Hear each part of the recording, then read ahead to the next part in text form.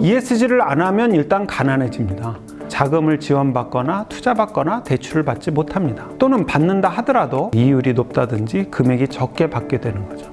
그래서 ESG를 안 하면 기업은 가난해집니다. 그리고 성장을 할 수가 없습니다. 기업은요, 태어날 때부터 죽지 않아야 된다는 사명감을 갖고 태어납니다. 그게 지속가능 발전이고요. 기업 입장에서는 여러모로 ESG를 잘하면 돈을 벌 수 있다는 측면에서 저는 부를 부르는 ESG라는 책을 썼습니다.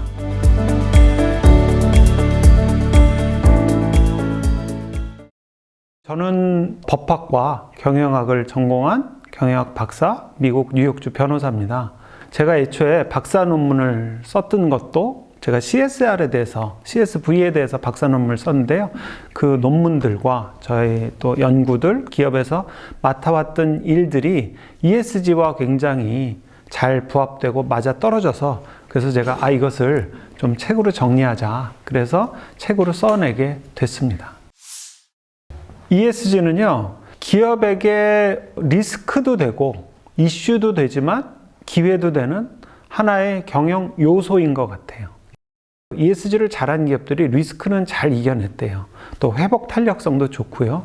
그런 면에서 보면 분명한 건 ESG는 기업에게 좀 비타민이다, 영양제다, 영양소다 라고 얘기를 하고요. ESG는 분명히 기업들이 해야 될 숙제고 방향이고 기회입니다. 그 다면성을 어떻게 이용하느냐는 그 회사의 리더십, 의지에 달려있다고 봐요.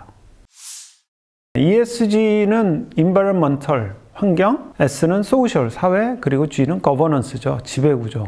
지금으로부터 15, 16년 전만 해도 ESG는 숙제고 과제였습니다. 사실 지금도 그런 면이 크죠. 그런데 이 환경, 사회, 지배구조에 대해서 투자자들이 이런 부분을 중요하게 생각하고 경영을 해라 라고 말을 하는 순간 이것은 이제 기업에겐 피할 수 없는 하나의 숙제이자 당연히 사업기회로 수익을 높이는 기회로 삼아야 되는 게 현재의 기업들에게 주어진 상황 같아요. 대부분의 기업들은 문제점을 만들어냅니다. 그 대표적인 문제점이 화석연료, 석탄과 같은 화석연료를 쓰는 바람에 탄소를 배출하는 거거든요.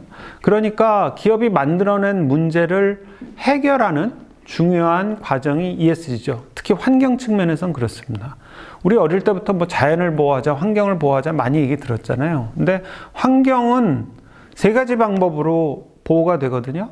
환경을 그대로 있는 잘 유지하는 방법, 더 이상 환경이 훼손되지 않도록 하는 방법, 환경을 개선하는 방법이 있는데요. 환경을 현재보다 더 낮게 기업이 만들어야 된다는 것이 ESG의 E입니다. S는 마찬가지로 기업이 어떤 생산 활동을 하면서 만들어내는 사회적 문제가 있을 수가 있습니다. 예를 들면 낮은 노동력을 쓰기 위해서 아동 노동을 시키는 먼 나라 가서 낮은 노동력을 이용해서 제품을 만들 수가 있거든요.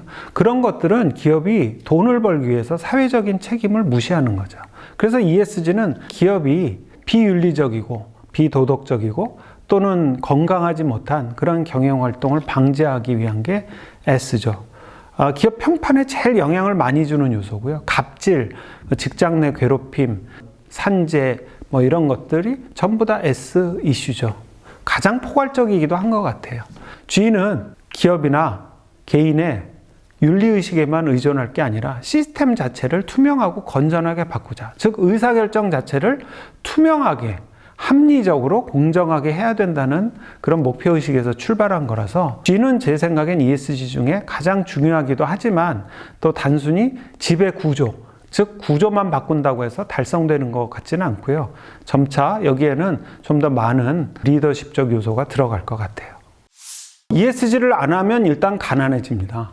쉽게 말씀드리면 ESG를 안 하면 기업들이 자금을 지원받거나 투자받거나 대출을 받지 못합니다. 또는 받는다 하더라도 이율이 높다든지 금액이 적게 받게 되는 거죠.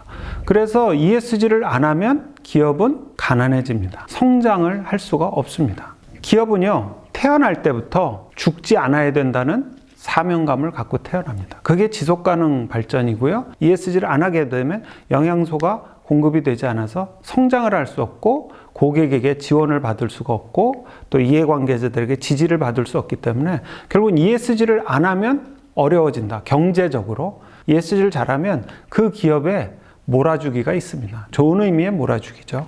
돈도 많이 투자하고 대출도 해주고 또 지원과 지지를 해주고 이해관계자들도 정말 많이 성원을 해주고요. 기업 입장에서는 여러모로 ESG를 잘하면 돈을 벌 수 있다, 좋아진다는 측면에서 저는 부를 부르는 ESG라는 책을 썼습니다. ESG는 특성이 하나 있는데요. 계속 진화하고 발전합니다. 그래서 ESG에 대한 내용은 끊임없이 담을 수 있고요. 계속 업데이트가 되거든요. 중요한 것은 ESG에 대한 이해를 어떤 흐름으로 하신 후에 그것을 실천할 방법을 발견하시고 인사이트를 찾는 게 중요합니다. 그래서 제 책은 그 ESG에 대한 흐름을 스토리로 좀 이해를 하실 수 있게 도왔고요. ESG가 중요하다는데 어떻게 당장 할 수 있을까? 그 내용을 위해서 슈어 프로세스라는 제가 창안한 비즈니스 모델을 소개했습니다. 슈어 프로세스는요, S, 셀프, 먼저 자기를 점검하고 업그레이드, ESG적인 활동을 하기 위해서 기존의 활동들을 업그레이드 하고요. 기업들이 스트레스 받는 게 ESG를 공시하고 또 지속가능 보고서를 내야 된다라고 하니까 리포트가 중요하고요. 끝으로 정말 기업들이 이것 좀 안 했으면 좋겠는데 하는 것이 기업이 평가받는 거거든요. 근데 이제 ESG는 공개 정보 기반으로 기업이 원하지 않아도 기업이 각종 언론 등에 노출되거나 실제 리포트 등 기존의 리포트 등을 통해서 그 평가기관들이 평가를 하기 때문에 자기도 모르는 새에 평가가 되는 경우도 많거든요. 그래서 이렇게 기업이 자기를 점검하고 미리 업그레이드를 해두고 적정한 프레임워크에 맞춰서 평가에 따른 그런 보고를 해두면 결국 좋은 평가를 받을 것이고요.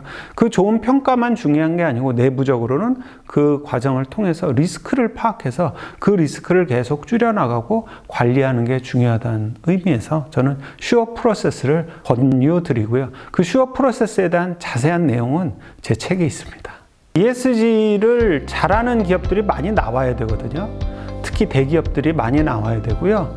그 기업들은 그냥 우리 회사가 ESG를 잘한다 해서 끝나는 게 아닙니다. 중소기업, 중견기업, 협력사, 스타트업들을 돕는 ESG 측면에서 돕는 것이 그 기업들의 ESG 전체 범위입니다. 모범생 기업이 되면서 그런 협력사나 중소, 중견회사, 공급망, 직원 개개인 전부 다 ESG를 돕는 것, 그게 이제 대기업, 글로벌 기업들의 ESG의 완성이죠. 제가 정리한 ESG 내용은 부를 부르는 ESG에 잘 담겨 있고요. 서점에 가셔서 매대에 보시면 보통 ESG 책들은 전부 다 녹색 책으로 되어 있습니다. 근데 아주 빨간 레드북이 하나 있습니다. 부를 부르는 ESG라고 써져 있는 레드북, 많은 도움 되시기 바랍니다.